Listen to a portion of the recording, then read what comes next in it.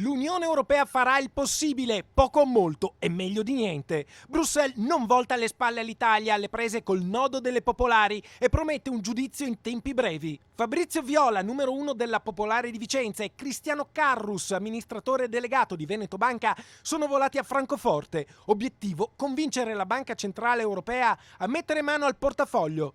Nessun commento al termine dell'incontro, ma spetta a BCE stabilire di quanto capitale aggiuntivo le due banche abbiano bisogno, mentre l'Unione Europea dovrà valutare se un momentaneo intervento della mano pubblica sia da considerare aiuto di Stato oppure no.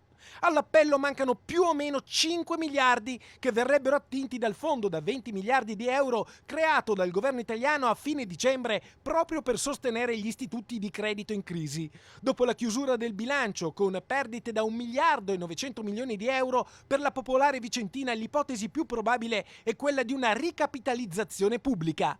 Lo spettro però è sempre quello del bail-in, legacy, mani in tasca ai risparmiatori e ai correntisti, ma solo a quelli che hanno in saccoccia più di 100.000 euro. Non è il mio caso, se no la finanza mi viene subito a farmi il controllo, ma non è il mio caso. Non è giusto, assolutamente no.